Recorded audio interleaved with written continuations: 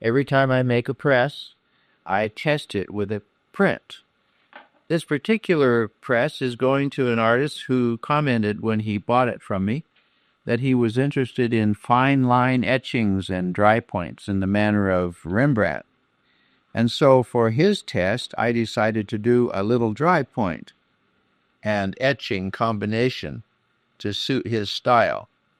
I'll be using Charbonnel black etching ink today with a little bit, a drop or two of plate oil. This is number 00 burnt plate oil. I might use some talcum powder if my hands get too sweaty. And I'll be printing on paper that's been in this damp book now for several hours this morning. I might warm the plate periodically on this pot plate, which is actually an iron on its back, so that I can get some warmth on my plate to make the ink softer.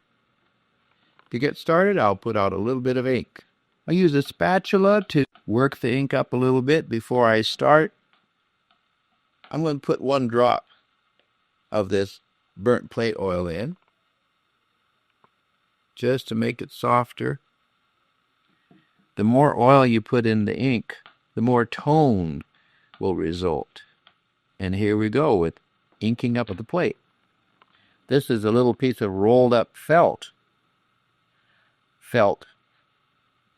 that's been rolled up in a little tube.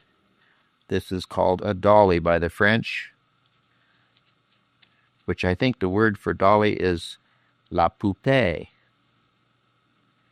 So this is called inking the plate à la poupée. Now, because it's a dry point, I have to wipe the whole thing very carefully, especially since it's such a delicate drawing. You can just barely see it coming up. It's a man with a baseball cap, and he's looking down at something that he's writing. The man's name was Dale. Unfortunately, Dale passed away last year, so this is a kind of a memorial to Dale at the Cafe Vida in Seattle.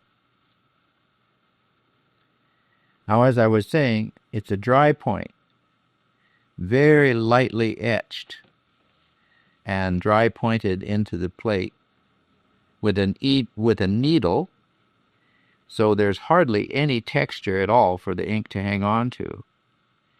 So the wiping has to be done gingerly.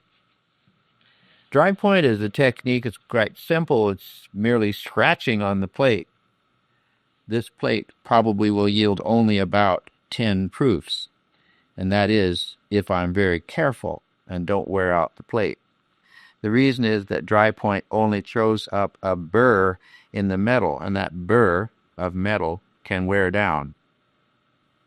Now, as my hand gets a little greasy from the oil and the ink, I need to use a little bit of talcum powder. Whoops, that's way too much, but just to kind of keep my hand to not have it so oily and sticky. But when I use talcum powder, I have to be careful not to use too much talcum powder and actually get the talcum powder dust into the ink. This wiping technique, by the way, is called the hand wipe for obvious reasons. And I believe in French they call it coup de main. This is only the second proof I've made of this plate. We call these early proofs the trial proofs.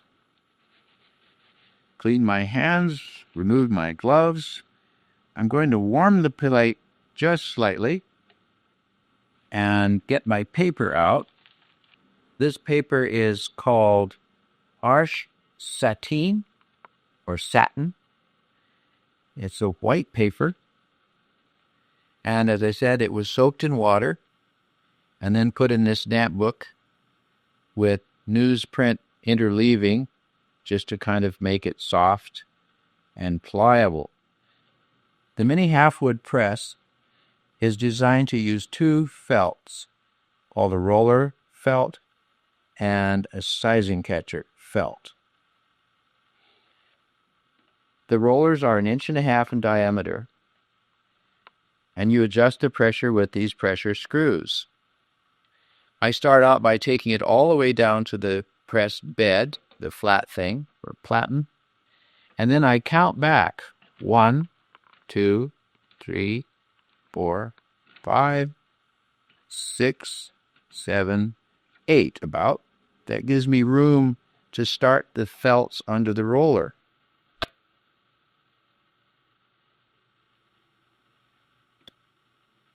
And then when they're under the roller, I tighten it back down. 1, 2, 3, until I can barely turn it anymore. That's nice and tight. The plate itself is only 22 gauge, very thin, less than a 32nd of an inch thick. And then I place the paper.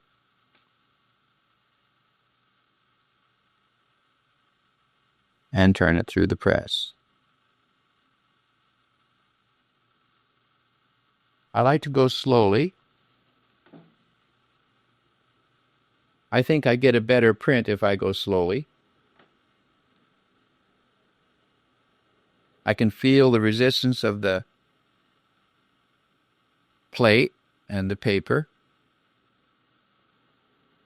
People are often surprised at how much pressure, which they could feel when they turn the wheel.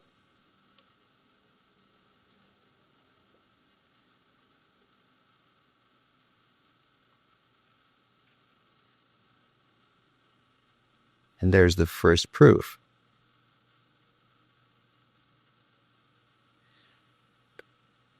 I always put on what I call a moment number. The moment number is the moment the print was printed. This is 2009, January 30th, and it is 11:50 a.m. Pacific Standard Time. Now all I need to do is clean the plate.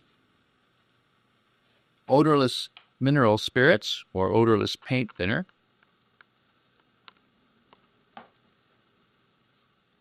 And then, along with the print,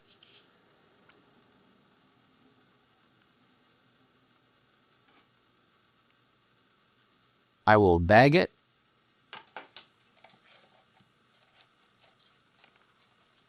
Along with other little artifacts that were made that I used in making the etching. That will go to the owner so they can have evidence of how the print was made and maybe even try to copy the method. Along with that will go the DVD called the 1-Minute Printmaker, and also the DVD showing this same test. The owner also gets the owner's manual, a little book, which is a kind of a birth certificate for the making of this exact press. The owner gets an Allen wrench just in case the wheel ever works its way loose. And the owner gets a little test plate, a brand new piece of copper to test. And 2 postcards. The box itself comes with the press and has a certificate of authenticity pasted to the underside of the lid. The owner gets brand new felts. I'll take out the old test bed that I use and replace it with the brand new bed.